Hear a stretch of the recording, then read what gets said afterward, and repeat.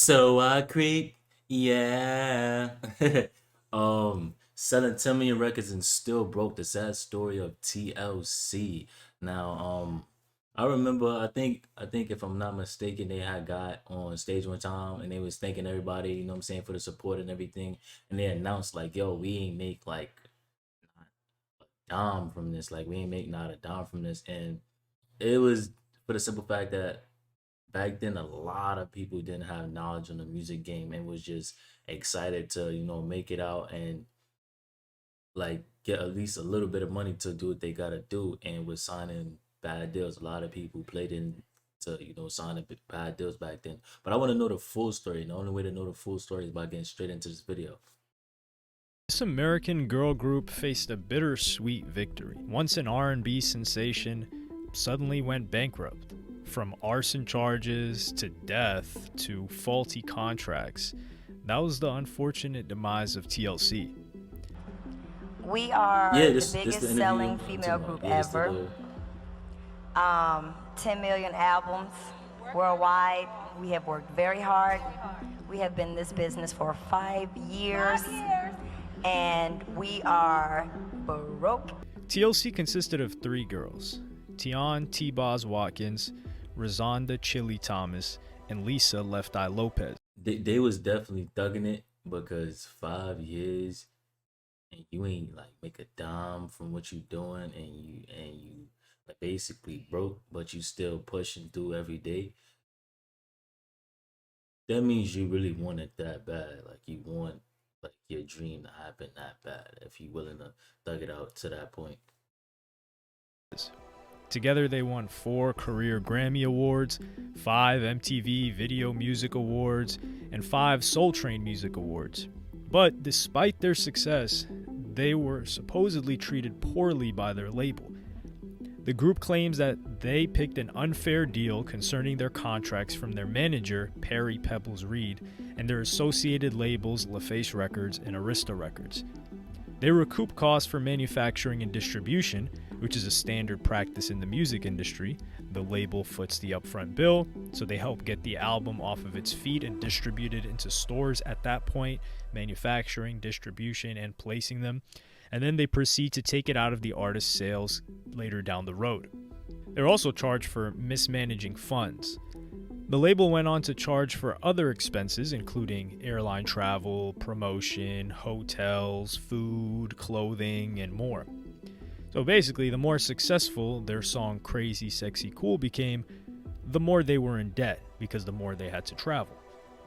It didn't help that T-Boz required serious medical attention at a point, and Left Eye had insurance payments to make after an arson incident, which we'll get into more later.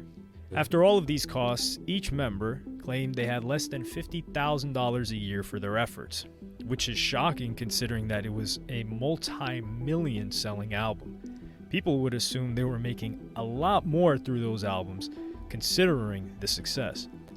In the end, TLC's 1991 contract with LaFace saw the trio receiving Like I don't want to post that, but in my opinion, I respect rappers that keep it real, because a lot of rappers fake it like they making millions and millions off one song. Yeah, you're gonna make a decent amount of money, but the label and the person who signs you get the most money. I'm saying they get paid first, especially if you on like basically they payroll and you going private jets and you doing all these fancy dinners, you flying all your homies out to be in the most nicest hotels. That's a tab that you gotta pay back. So when you wonder why you ain't get your money, it's because you ran up a bill and they taking the money that you were supposed to get and paying it on that and taking what they want. So 56 cents per album sold, and they had to split that 3 ways. Cocky. Okay, there are 100 points on the album. TLC had 7. Every point is equal to 8 cents. All right? 7 times 8, 56 cents. But as time went on, we learned a lot. That means every time an album gets sold, TLC gets 56 cents. So 10 million records, $5.6 million. Seems like a lot of money. Well, it's not a lot of money when the record company has spent $3 million to record your album. And in the record business, We pay all costs back to the record company. We pay recording costs, video costs. So now we have $2.6 million left. Well, guess what? When you have that much money, you're in about the 47, 48, 49% tax bracket. So that immediately gets deducted to $1.3 million. Then you split the rest 3 ways. You got about $300,000 if that much. Okay? $300,000. I can buy a nice house with that. And what am I going to pay my bills with? They continued with the agreement True. with Pebbles that gave her ownership of the name as well as the lion's share of their earnings. They were not given a copy of their contract either, allegedly. They even used the same attorneys as Pebbles when negotiating, who was their manager. But in the end, the labels and management usually wins. The labels always win. They didn't have a chance. Before the release of their album in 1994, Left Eye was arrested on arson charges. While under the influence of alcohol, she burned down the mansion of her on and off man, Andre Ricin.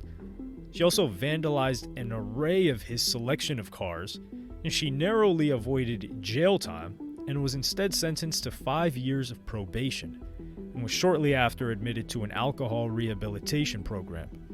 Could the pressure of the TLC situation have gotten to her? Possibly not. Possibly she was already like this. Rumor has it that the trio was not getting along very well for quite some time during their tour in the late 90s. There were falling outs, and it didn't help when Left Eye slammed her bandmates and also the music that TLC had created.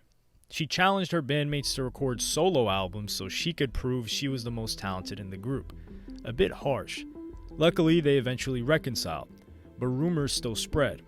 Left Eye continued to pursue a solo career, and eventually so did her bandmate Chili. They clearly must hate each other because they reunited in 2001 to work on material for their new album. After the release of her solo project Supernova, Left Eye announced that she had signed a new solo deal for a brand new album.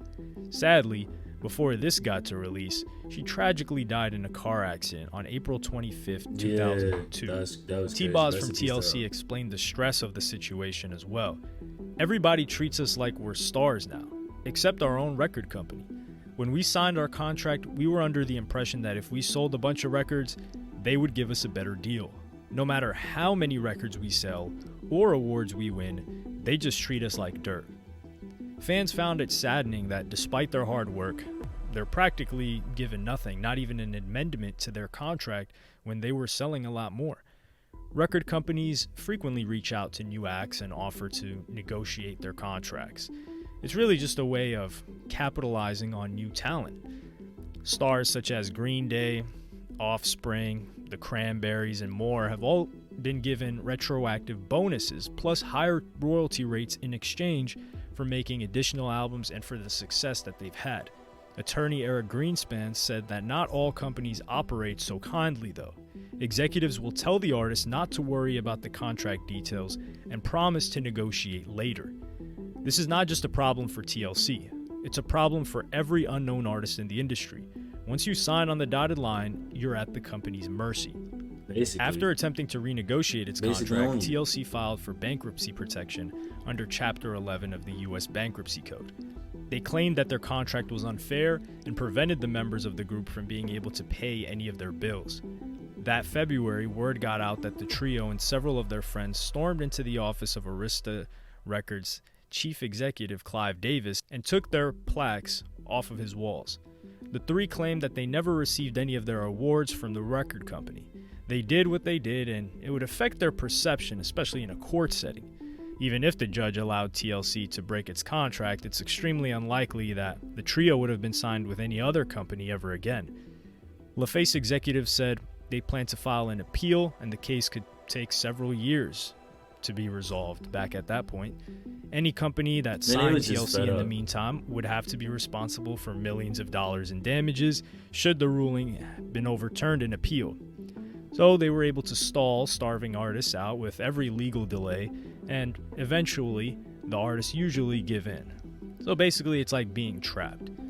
Attorney Eric Greenspan said, "My advice to any new artist about to sign a contract is, you better watch your back." And know what you And this signed. seems like a valuable tip for artists, if they were to learn from the mistakes of TLC Like, and it's not just watch it back. Like it's simply know what you're signing. Like people get the money from the label and rush to go buy this and buy that instead of just taking a couple dollars and putting it towards a lawyer and having them read over your contract and make sure you're in a, you know what I'm saying, right space.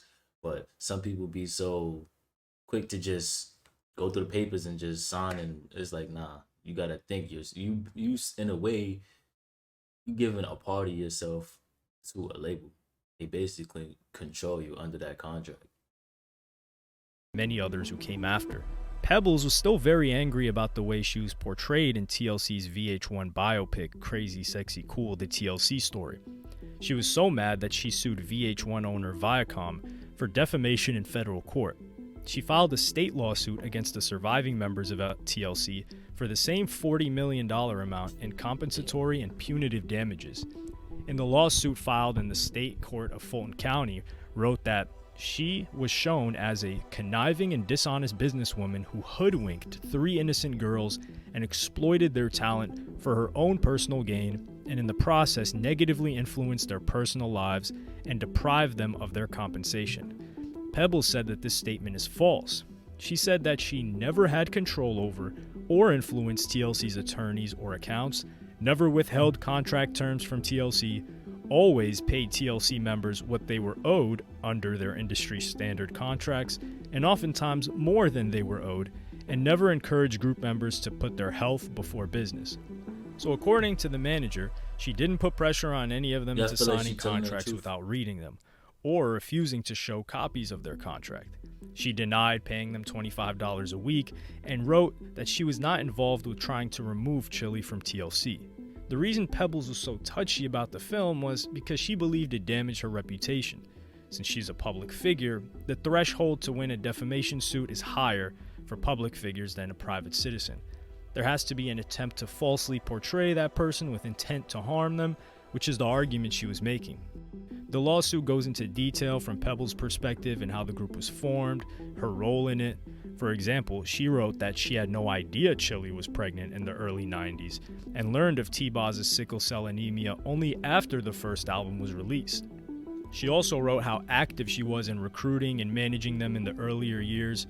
It was even stated that on many occasions, Pebbles personally advanced expenses on behalf of them and was never fully reimbursed by the group for that.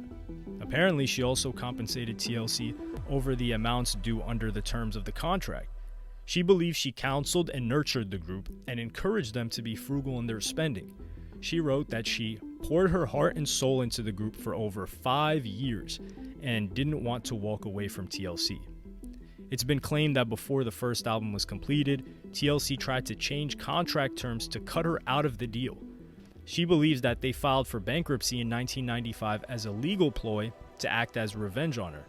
But the two sides eventually settled that case and nothing came out of it.